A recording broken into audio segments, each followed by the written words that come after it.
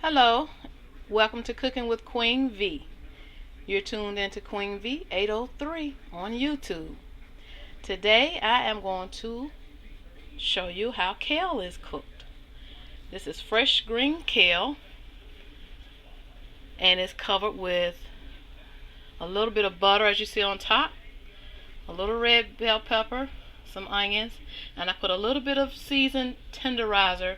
I know it's meat tenderizer, but because kale is so tough and it takes a long time for it to cook, not a long time, but it takes a while. I would say roughly an hour to get it nice and tender like collard greens or turnips. The leaf is much tougher than turnips and collard greens. However, a little tenderizer helped mix it a little tender, so I kind of stirred around. But before I even started this whole process, of course I cleaned the kale real good in a little salt water, rinsed them well. In the pot I used turkey butt, smoked turkey butt. So in the bottom I have smoked turkey butt, a half a cup of water. Depending on how much kale you have, you can go a half a cup to a full cup. You're eventually going to add a little bit more water anyway, so it won't hurt if you go over a half. Just to kind of stew and boil my turkey butt to get the water real good and seasoned, and also add a little onion, a little pepper, black pepper, a little sugar, about maybe a teaspoon of sugar, and some salt, and I would say maybe a half a teaspoon of salt, just a little bit in the water, and I just kind of bring it to a little simmer.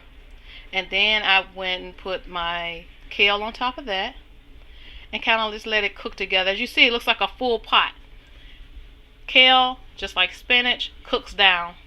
So you're going to see this full pot turn into a little, maybe a half a pot. And this is a 3-quart pot that I have the kale in. So it's going to cook down to at least about 2 quarts, maybe. That's how small kale gets. It's just like spinach. You have nothing. You start out with a whole lot and you end up with a little tiny little bunch. But this is enough for at least 4 people to get a nice serving size.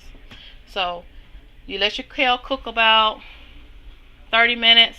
Come in, shift it around, stir it, and let it cook another 30 minutes.